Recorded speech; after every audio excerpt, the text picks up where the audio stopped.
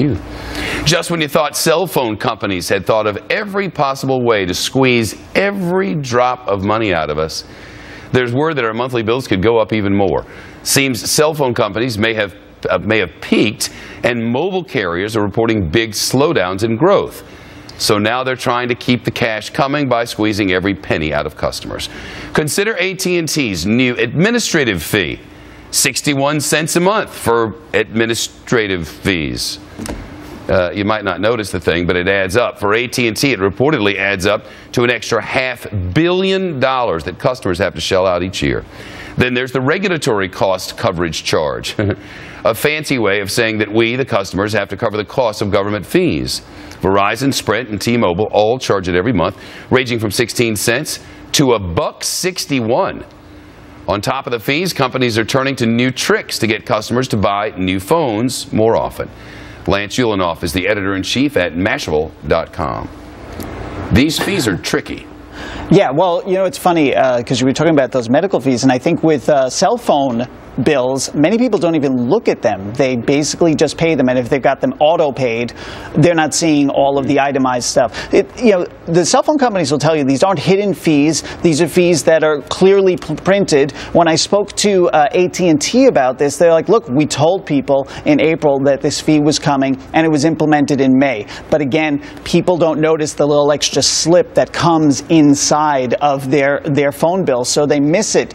And they do range. I mean, one is charging, AT&T's got 60 cents, Verizon has 90 cents. They're both administrative fees. They're typically, basically what they're saying is it's a pass-along thing. This is stuff for maintenance. This is stuff for lines. This is stuff for renting lines from other companies.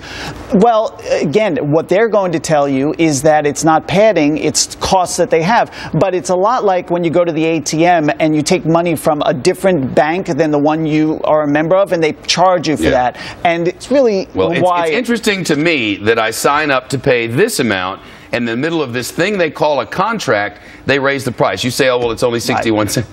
If you're AT&T, it adds up to a lot of money. And then there's these new contracts that they're offering where you can get you're eligible for an upgrade more often. Let's but jump, there's more behind that, isn't there? So T-Mobile Jump is a good example. $10 a month, and you have the option of upgrading your phone every 6 months. Hooray, but you're buying a phone every 6 months, and you pay less, and you're going to, well, no, not necessarily. You're going to pay the same amount. You know, the thing is with the contract, you don't have the option of upgrading to the newest phone until your contract ends, because they're kind of spreading out the cost, the real cost of that phone, over 2 years. Phones can be like, if you get them unlocked, like $700, $800. So they spread it out. Now they're going to get you, hey, every 6 months, pay $200 for a new phone. You feel like you've won because you get the latest phone, but everybody's making more money too. So in a way, it's a very smart business idea because they are answering a consumer demand. Consumers get frustrated when they get locked in, and for this privilege, they're going to pay an extra $10 a month. And of course, the other companies are doing this, like